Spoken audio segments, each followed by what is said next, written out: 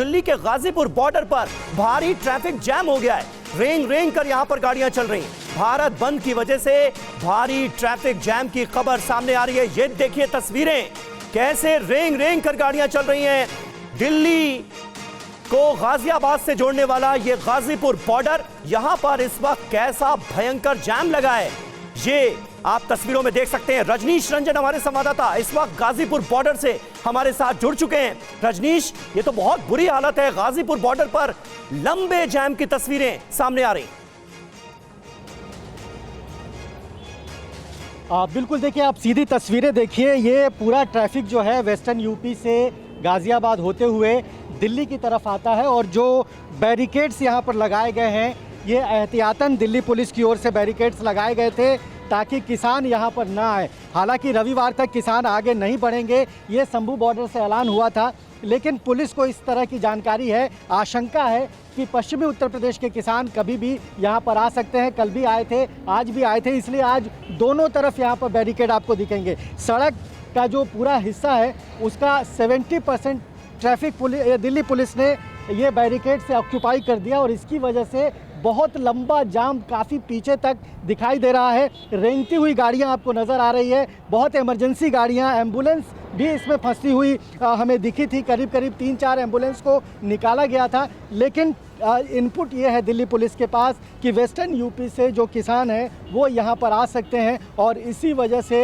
एक एक गाड़ी को देखा जा रहा है। उनकी स्पीड जानबूझ के स्लो कराई गई है ताकि अगर किसी गाड़ी में किसान आ रहे हों या कोई भी अनसोशल अगर एक्टिविटी के लिए यहाँ पर आने की कोशिश कर रहा हो तो उसे रोका जाए और इसी वजह से ये जाम काफ़ी लंबा लगा हुआ है। जी बिल्कुल रजनीश, और हम देख पा रहे हैं जैसा तस्वीरों में आपने दिखाया कि वो सफर जो चंद मिनटों का है वो घंटों में तब्दील हो गया। और आइए अब आपको बताते हैं कि एक दिन के भारत बंद के दौरान कौन कौन से सेक्टर हैं और कौन से लोग हैं जो सबसे ज्यादा प्रभावित होते हैं, ये भी आपको बिग वॉल के जरिए जानकारी देते हैं। बंद से किस पर कितनी मार और किस पर ज्यादा मार, बस से किस पर ज्यादा मार पड़ती, किन सेक्टर्स पर, बस जो है उस पर, ये ट्रांसपोर्ट सेक्टर पर बुरा असर होता है, रेलवे पर बुरा असर होता है, दिहाड़ी मजदूरों पर इसकी मार पड़ती है और रेहड़ी पटरी वालों पर इसका काफी बुरा असर होता है, उन्हें भारी नुकसान झेलना पड़ता है। बिल्कुल, इसके अलावा फैक्ट्री हो, मॉल हो, बैंकिंग सेक्टर हो, रियल एस्टेट सेक्टर हो, शॉपिंग सेंटर्स हो, टूरिज्म इंडस्ट्री हो, सब पर बंद की मार पड़ती है। और सबसे ज्यादा जो पिसता है वो है गरीब इंसान, वो है आम आदमी, डेली वेजेस पर काम करने वाले मजदूर, जिनको दिन भर की मेहनत के बाद पैसा मिलता है और उससे उनका घर चलता है, उन पर सबसे ज्यादा असर पड़ता है। हमारे तमाम सहयोगी इस वक्त दिल्ली के बॉर्डर इलाके पर मौजूद हैं। विवेक शर्मा हमारे साथ इस वक्त स्क्रीन पर नजर आ रहे हैं। विवेक, ये बताइए, टिकरी बॉर्डर पर इस वक्त हालात कैसे हैं? वहां पर जो किसान मौजूद हैं उनकी क्या स्ट्रैटेजी नजर आ रही है? रविवार तक यहीं रुककर इंतजार करने के मूड में हैं क्या वो? देखिए, बात की जाए तो टिकरी बॉर्डर पर सुरक्षा के कड़े बंदोबस्त किए गए हैं। यहाँ पर आप तस्वीरों में देख सकते हैं कि सबसे पहले आप यहाँ पर आरएएफ के जवान तैनात नजर आएंगे। ये पहले लेयर की सुरक्षा व्यवस्था है। दूसरी तरफ की बात की जाए तो वहाँ पर सीआरपीएफ के जवानों को तैनात किया गया है और तीसरी लेयर की बात की जाए तो बड़े बड़े सीमेंट के बैरिकेड लगाए गए हैं।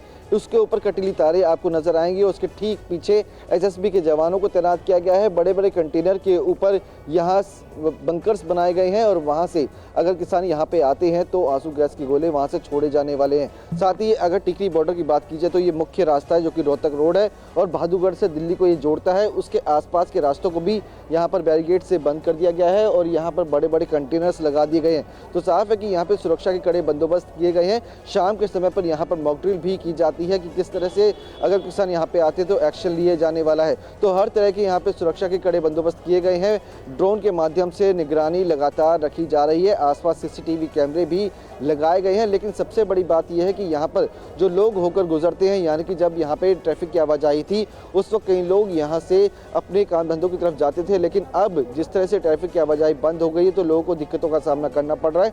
लोग काफ़ी किलोमीटर तक पैदल चलने को मजबूर हैं। लोगों से जब हमने बातचीत की तो उनका ये कहना था कि जिस पहले जहाँ 15 से 20 मिनट का वक्त लगता था, अब यहाँ पर करीब 1.5 घंटे तक का वक्त लगता है। कई लोग ऐसे हैं जिन्हें ये चिंता सता रही है कि कहीं उनका रोजगार ना छिन जाए, क्योंकि पिछली बार देखा गया था कि यहाँ पर काफ़ी कारोबार वो ठप पड़ गए थे, कई लोग बेरोजगार हो गए थे। तो अब कहीं ना कहीं जो आसपास के इंडस्ट्रीज के लोग हैं उन्हें डर सता रहा है कि कहीं वापस इस तरह की मार उन पर ना आ पड़े, क्योंकि अपने परिवार के साथ वो लोग यहाँ पे रहते हैं।